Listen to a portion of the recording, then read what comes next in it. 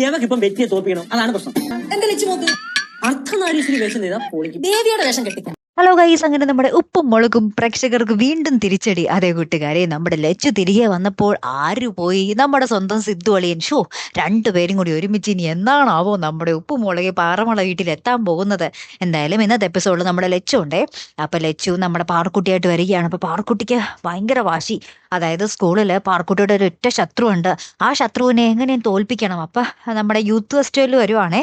അപ്പൊ നമ്മുടെ ലച്ചു പറയുന്നുണ്ട്, പാറക്കുട്ടി നിനക്ക് വരയിൽ അത്യാവശ്യം കഴിവുണ്ടല്ലോ, നിനക്ക് അതിൽ കഴിവ് പ്രകടിപ്പിച്ചാൽ പോരെ എന്ന് പറയുകയാണ്. അപ്പൊ നമ്മുടെ കേശു പറയുന്നുണ്ട്, പാറക്കുട്ടിക്ക് ആ കൊച്ചിനെ തോപ്പിക്കണം, അതിനവക്ക് വേഷം കെട്ടിയേ പറ്റൂ എന്ന് പറയുകയാണ്. അതായത് ഫാൻസി ഡ്രസ്സ് മത്സരത്തിൽ പങ്കെടുത്തിട്ട് വേണം ആ കൊച്ചിനെ തോപ്പിക്കാൻ.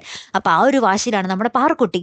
അപ്പൊ നമ്മുടെ കേശു പറയുന്നുണ്ട്, അമ്മൂമ്മേ ഇമാതിരി കാര്യങ്ങൾ ഇടപെടാൻ ആർക്കാ കൂടുതൽ ബുദ്ധി? ഈ കേശുവിനല്ലേ എന്ന് പറയുമ്പോൾ നമ്മുടെ ഭവാനി അമ്മൂമ്മ പറയുന്നുണ്ട്, അതെന്റെ ലച്ചുമോക്ക എന്ന് പറഞ്ഞ് ലച്ചുവിനെ സപ്പോർട്ടൊക്കെ ചെയ്യുന്നുണ്ട്. എന്താണെന്നാവും നമ്മുടെ ഭവാനി അമ്മൂമ്മ ഇങ്ങനെ, അല്ലേ കൂട്ടുകാരെ?